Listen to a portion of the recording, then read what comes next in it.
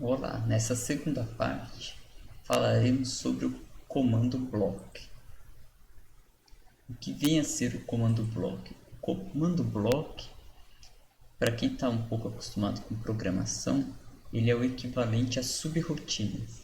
Ele é um pacote de comandos específicos que eu quero definir para ser chamado em vários momentos em outros arquivos ou em outros momentos do arquivo. Como que a gente pode fazer isso? Então, pegarei um exemplo que eu vou definir uma soma, umas operações específicas que eu quero. Eu vou atribuir valores, passar valores para essa subrotina. Essa subrotina vai fazer umas contas e os resultados eu quero que retorne para mim. E retornando para mim, eu quero acessar esses valores depois. Então, o conceito do comando block é como se fosse uma generalização do conceito de funções. Aliás, nós podemos pensar que a estrutura de definição de funções no máximo é um caso particular do comando block. Então, vamos ver como que é este comando block.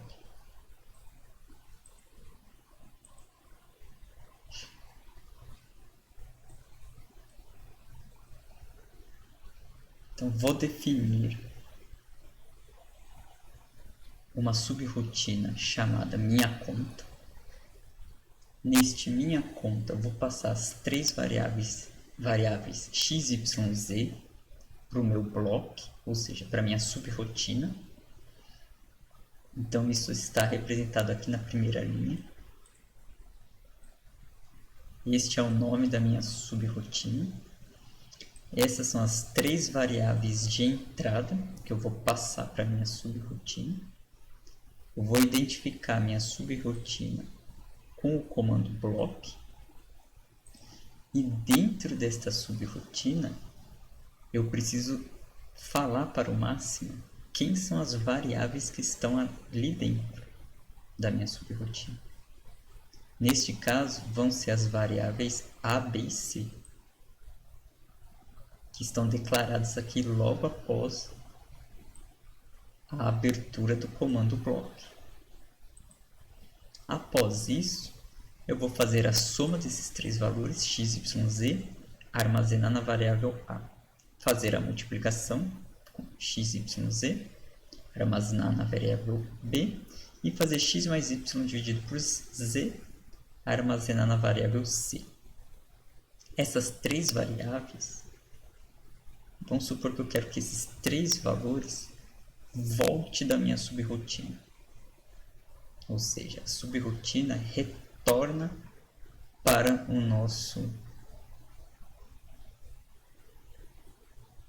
para a nossa janela aqui do máximo, retorne esses três valores e depois, de alguma maneira, a gente consegue manipular esses três valores.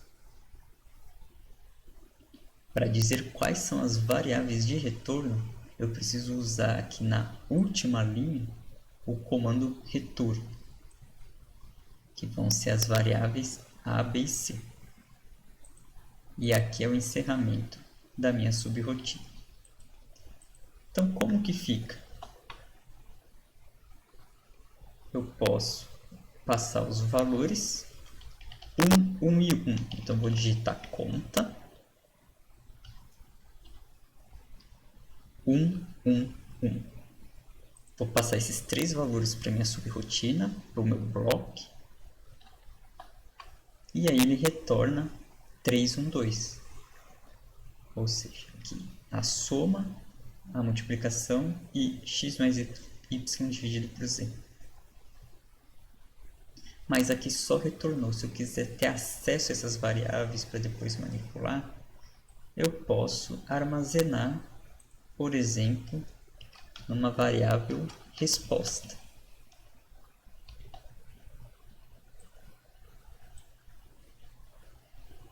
Shift Enter.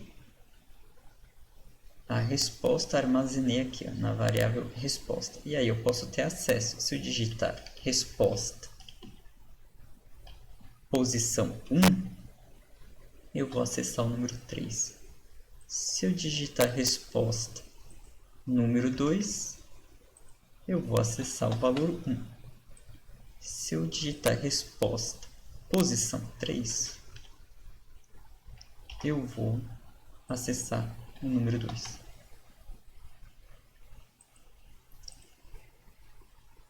A potencialidade do comando block é definir subrotinas e dar essa estrutura de programação para o máximo. Então, além da questão de matemática simbólica, nós podemos também utilizar essas subrotinas para acrescentar novos comandos, matemática discreta e, enfim, uma infinidade de coisas. Temos uma potencialidade muito grande. Ganhamos em estrutura de programação dentro do software massa. Então, vou definir um outro. Vou criar um outro bloco aqui. Por exemplo, vamos supor que nós queremos uma subrotina para testar se 3 vetores são linearmente independentes ou linearmente independentes. Então, aqui eu vou criar o bloco conhecido como base. Tem o nome de base. Não vou passar nada para ele, porque a minha subrotina vai pedir para o usuário digitar no teclado esses 3 vetores. Que vetores? V1, V2, V3. E vai ser pedido para ler com o comando read. O usuário vai digitar no formato XYZ, ponto e vírgula. A subrotina vai criar uma matriz com esses vetores linha. Vai calcular o determinante. E se o determinante for 0, é porque os vetores são LD. Se o determinante for diferente de 0, é porque são LI. E também não vai retornar nada. Essa subrotina não vai retornar. Então aqui no return eu pus apenas para dizer a palavra fim. Voltar a palavra fim, só para dizer que encerrou. Então vou criar esse bloco, essa subrotina. E agora, se eu digitar base, a subrotina vai pedir para eu digitar um vetor do R3. Digite os vetores no formato XYZ. Então tem que ser nesse formato. Então, abre e fecha colchetes. Já vou pôr aqui o ponto e vírgula. Aqui dentro vou pôr a base canônica, que a gente sabe que são linearmente independentes, a base canônica. Então, 1, 0, 0.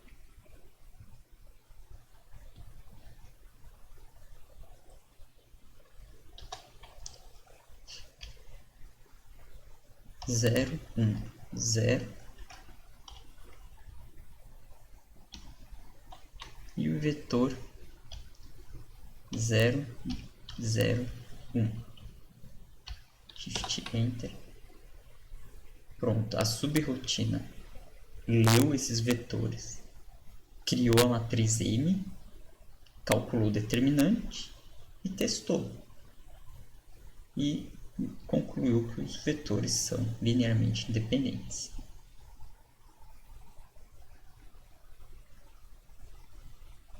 Esse conjunto de vetores é Li.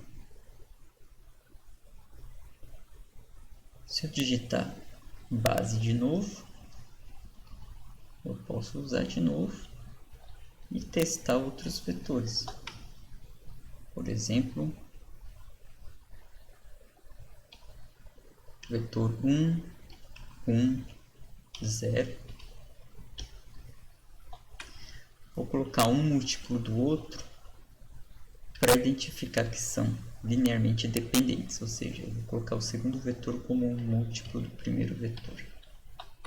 E o terceiro, vou pôr o vetor 0, 0, 1. E aí testou, né? Aí criou a matriz, determinante deu 0, então eles são linearmente dependentes. Por quê? Porque aqui tem um vetor que é múltiplo do outro, ou seja, o vetor 2 é múltiplo do vetor 1.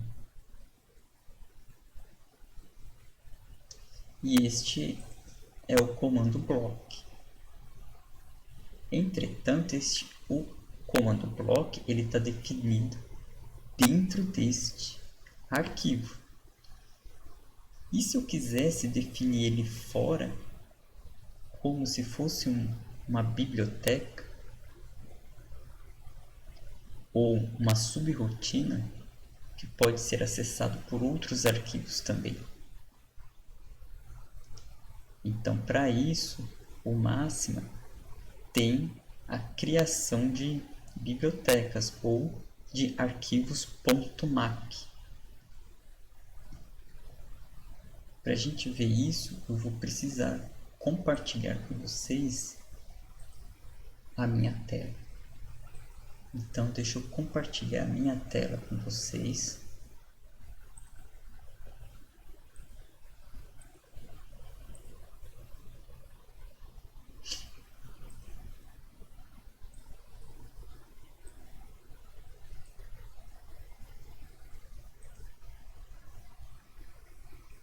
Aqui.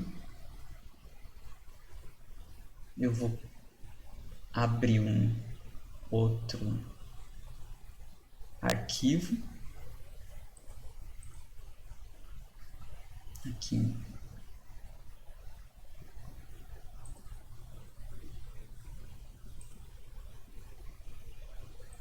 Nesse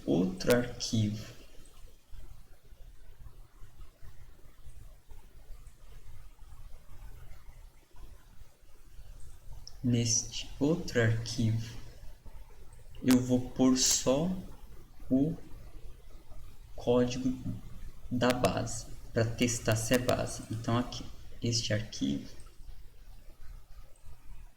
eu criei um arquivo aqui base.wxmx e digitei só o bloco.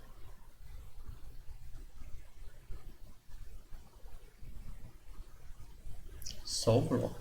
E Shift Enter. Salvo ele. Então, vou fazer uma modificação aqui para a gente visualizar. Tá. Então, aqui vou salvar. Salvar como? Vou dar o mesmo nome, base.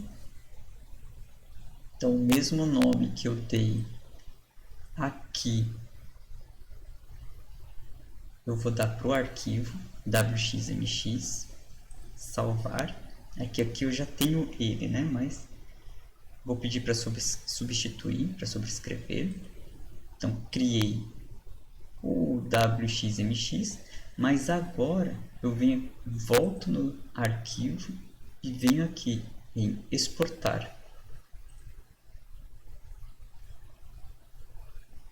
E vou exportar em .mac. Aqui eu já tenho .mac, mas eu vou exportar como base.mac e salvo. Então eu tenho na minha pasta tanto o base.wxmx, que está aqui, como o base.mac. E agora eu vou abrir um outro arquivo. Vou pegar esse outro arquivo, vou salvar esse arquivo na pasta onde o .mac foi criado. base.mac. Então aqui a mesma pasta em que o base wxmx e o .mac está criado. Então eu vou chamar aqui de minhas operações. Tá? Minhas operações. Então eu quero carregar o meu arquivo .mac, o base.mac, eu quero carregar nesse meu em minhas operações. Então eu venho aqui, arquivo, carregar arquivo pat, escolho base.mac, abrir, pronto, carregou. Agora eu posso utilizar dentro desse arquivo o comando base, ou seja, a subrotina base.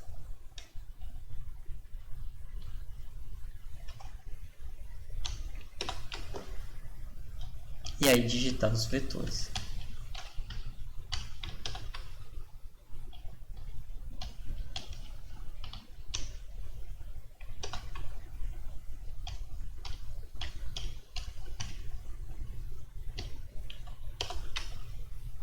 Esse vetor LD.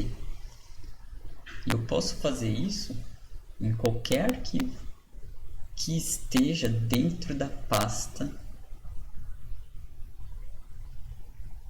.mac. Mas o arquivo poderia até estar fora do .mac? Pode. E aí o que tem que acontecer? Você tem que dizer certinho aonde está o endereçamento desse arquivo. Por exemplo, se o seu base.mac estiver no desktop, então você ia digitar aqui a área de trabalho e por base.mac aqui.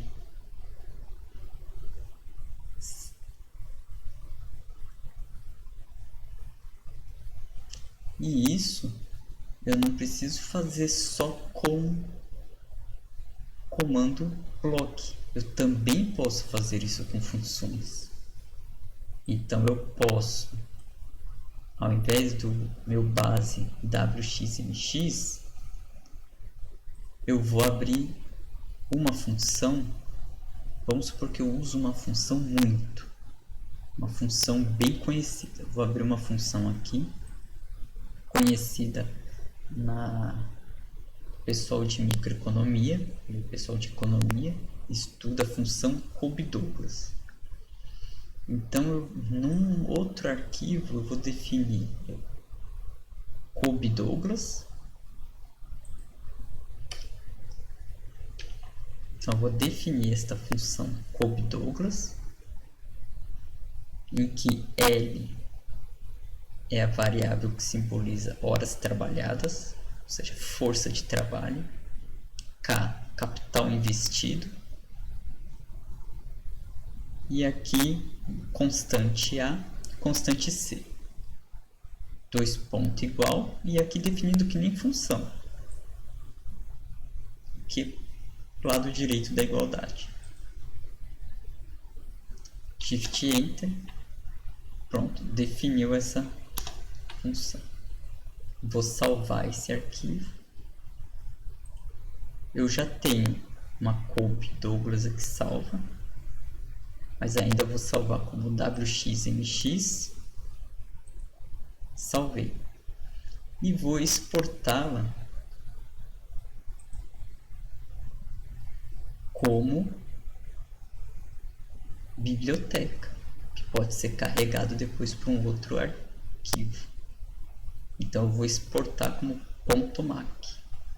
Aqui eu já tenho o nome, mas eu vou sobrescrever.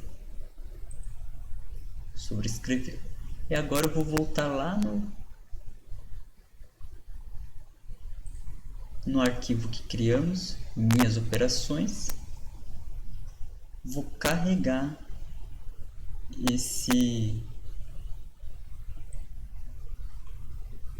essa subrotina .mac, que a gente chamou de Kobe Douglas.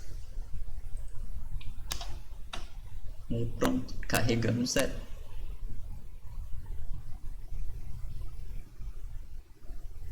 Eu posso vir aqui diretamente, só mudar o nome do arquivo. Eu posso vir aqui em arquivos, carregar arquivo bat. Carreguei. E agora eu posso usar essa função. Kobe Douglas. Aí vamos supor que força de trabalho é 1, capital investido é 2. E essa constante A é um número entre 0 e 1, então vou por 0,75. E uma constante de proporcionalidade C, vou por 2. Aí Shift Enter. E aí temos a Kobe Douglas, a função Kobe Douglas funcionando no nosso arquivo Minhas Operações. Então o comando block ele serve para a gente fazer subrotinas tanto dentro do arquivo que a gente está modificando, quanto subrotinas externas que podem ser carregadas por qualquer outro arquivo que a gente criar no máximo. E lembrando que essas subrotinas externas tem que estar salva como .mac, tem que estar exportada com .mac e ela é carregada em algum outro código, em algum outro arquivo pelo comando bat, que pode ser diretamente o comando ou pode ser carregado aqui.